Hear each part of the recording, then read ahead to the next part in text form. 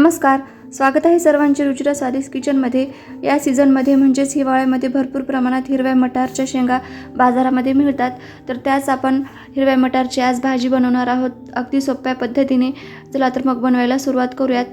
तर या ठिकाणी मी इथे हे हिरवे मटार घेतलेले आहेत। बघा, ओल्या शेंगा असतात त्यातील हे हिरवे मटार आहेत। तर बघू शकता या पद्धतीने मी हे मटार घेतलेले आहेत। तर त्यासाठी आता 2 मोठे टोमॅटो घेतलेले आहेत कट करून। आता हे आपण टोमॅटो जे आहेत ते मिक्सरमध्ये बारीक वाटून घेणार आहोत।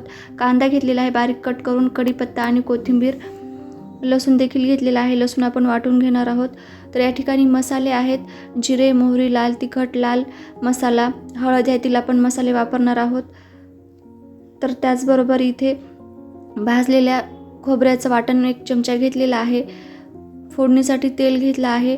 भाजलेल्या शेंगदाण्याचं वाटण देखील 2 चमचे घेतले आहे। चवीनुसार मीठ टाकणार आहोत। तर गॅसवरती कढई ठेवली होती, त्यामध्ये तेल टाकून घेऊयात। जिरे आणि मोहरी टाकून घेऊया। त्यामध्ये जिरे मोहरी छान तडतडली की त्यामध्ये बारीक कट केलेला कांदा टाकून घेऊया।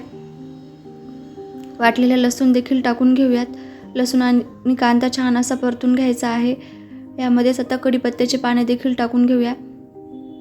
याला छान असं परतून घेऊया हलकासा लालसर रंग येईपर्यंत। आता ह्यामध्ये आपण मसाले टाकून घेऊयात। तर लाल तिखट टाकलेला आहे 1 चमचा, लाल मसाला टाकलेला आहे, हळद टाकून घेऊयात। तिखटाचं प्रमाण तुम्ही तुमच्या आवडीनुसार टाकू शकता, कमी किंवा जास्त। आता जे टोमॅटो होते त्याची मी पद्धतीने बारीक वाटण तयार करून घेतलं आहे, प्युरी करून घेतलेली आहे। ते टोमॅटोची प्युरी देखील मी या फोडणीमध्ये टाकली, त्याला छान व्यवस्थित मिक्स करून घेऊया। आता ह्यामध्येच आपण शेंगदाण्याचं वाटण आणि खोबऱ्याचं वाटण देखील टाकून घेऊया। परत त्याला व्यवस्थित असं मिक्स करून घेऊया। तर अशा पद्धतीने मिक्स करून घ्यायचं आहे।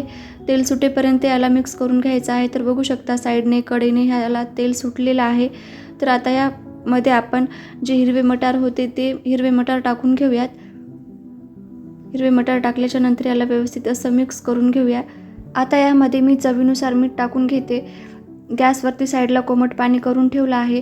परत आता ह्यामध्ये मी पाणी देखील टाकून घेते। जवळपास मी अर्धा ग्लास यामध्ये पाणी टाकलं। ही भाजी थोडीशी घट्टसरच छान लागते। तर पाणी टाकल्याच्या नंतर व्यवस्थित त्याला मिक्स करून घेऊया आणि हे शिजवून घेऊयात मटार। तर यावरती मी झाकण ठेवून घेते। जास्त वेळ लागत नाही शिजायला। तर या ठिकाणी बघू शकता ही भाजी शिजलेली आहे, कढीने तेल देखील सुटलेलं आहे। मस्त ही घट्टसर अशी भाजी छान तयार झालेली आहे। शेवटी यावरती कोथिंबीर टाकून घेऊयात। कोथिंबीर टाकल्याच्या नंतर परत एकदा याला छान असं मिक्स करून घेऊया। तर ही गरमागरम भाजी पोळीसोबत, फुलक्यासोबत खूप छान लागते खायला। हिरव्या मटारची भाजी तुम्ही एकदा नक्की बनवून पहा।